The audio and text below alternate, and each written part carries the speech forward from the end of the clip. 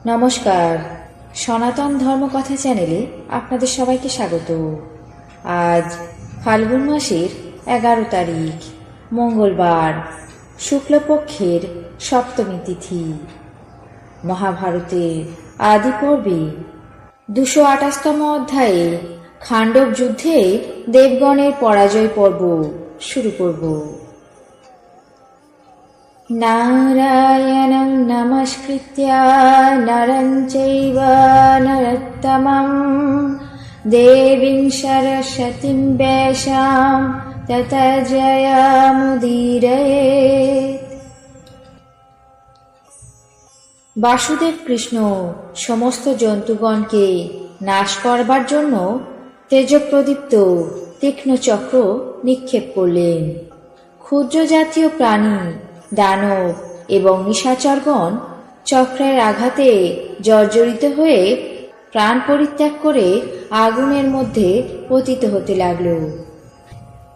কৃষ্ণের চক্রে আহত হয়ে দৈত্যগণ সন্ধ্যাকালীন মেঘের মতো শোভা পেতে লাগল। তখন চক্রপ্রাণী কৃষ্ণ সহস্র সহস্র পিশাচ, পক্ষী, নাগ এবং পশুগণকে বিনাশ করে জমির মতো সেখানে ভ্রমণ করতে লাগলেন। কৃষ্ণ যতবার চক্র নিক্ষেপ করেন, চক্র ততবারই বহু সংখ্যক প্রাণী বিনাশ করে তার হাতে ফিরে আসে। এইভাবে তিনি পিশাচ, সর্প এবং রাক্ষসদেরকে বিনাশ করায় সর্বভূতাত্মা বাসুদেবের রূপ অতীব ভয়ঙ্কর হয়ে উঠল। ওই সময় সমস্ত দেবগণ কৃষ্ণ এবং অর্জুনের সঙ্গে সংগ্রাম করলেন, কিন্তু কেউই তাদেরকে পরাজিত করতে পারলেন না। দেবগণ কৃষ্ণ এবং অর্জুনের হাত থেকে খাণ্ডবরণ্যকে রক্ষা করতে না পেরে পরিশেষে নিবৃত্ত হলেন। দেবরাজ ইন্দ্র তাই দেখে সন্তুষ্ট হয়ে কৃষ্ণ এবং অর্জুনকে প্রশংসা করতে লাগলেন। সুরগণ যুদ্ধ থেকে নিবৃত্ত হলে ইন্দ্রকে লক্ষ্য করে এই দৈববাণী হল, দেবরাজ, তোমার সখা ভুজঙ্গেশ্বর তক্ষক বিনষ্ট হয়নি।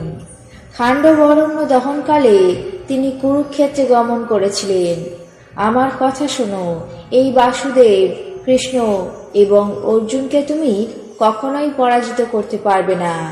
এরা পূর্বে নর এবং নারায়ণ নামে দেবলোকে বিখ্যাত ছিলেন। তুমি তাদের বীর্য এবং পরাক্রমের বিষয়ে সবই জানো।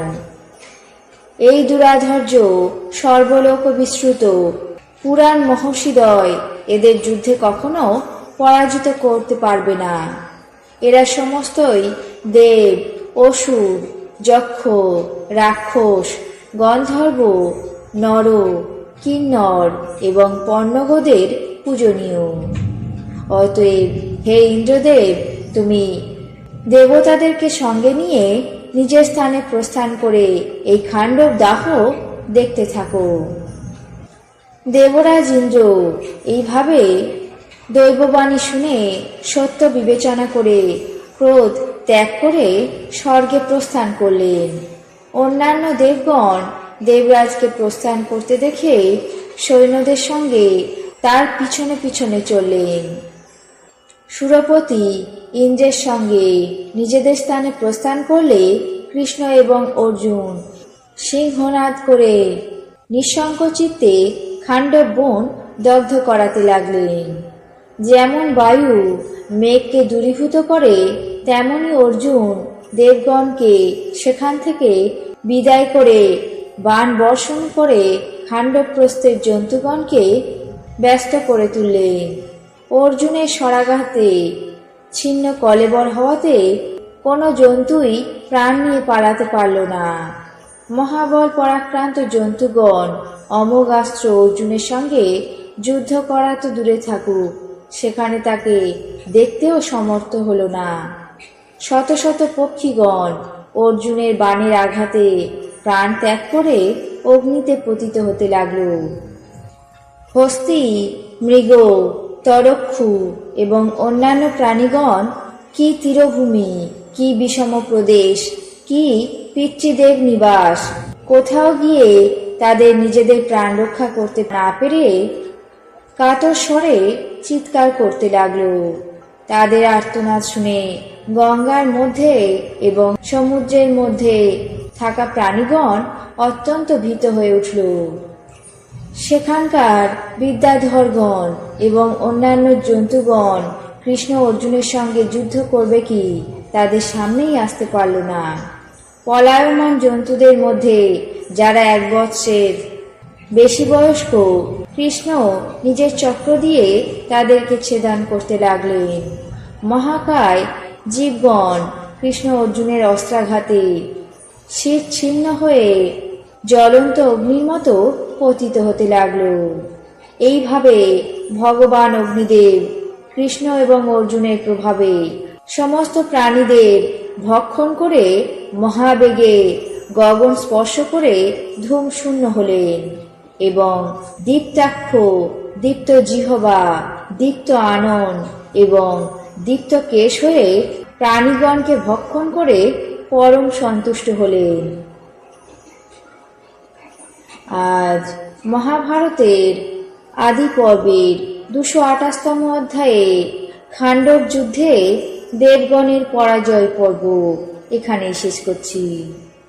বাকি অংশ আগামী পর্বে পাঠ করে শোনাব। এখন জেনে নেব আজকের দিনের 12টি রাশির রাশিফল। মেষ, উচ্চ আশা। বৃষ, শিক্ষায় ব্যাঘাত। মিথুন, ভুল সিদ্ধান্তে ক্ষতি। কর্কট, পাকাশয়ের সমস্যা। সিংহ, কর্মপ্রাপ্তি। কন্যা, বিফল মনোরথ। তুলা, উদারতা। বৃশ্চিক, পুরস্কার লাভ। ধনু, বন্ধু বিচ্ছেদ। মকর, সহায়তা লাভ। কুম্ভ, সাহিত্যে সম্মান। মীন, পাওনা আদায়। এই ছিল আজকের দিনের 12টি রাশির রাশিফল। আপনাদের কেমন লাগলো তা অবশ্যই কমেন্ট বক্সে জানাবেন। চ্যানেলটিকে সাবস্ক্রাইব করবেন, লাইক করবেন, শেয়ার করবেন। ধন্যবাদ।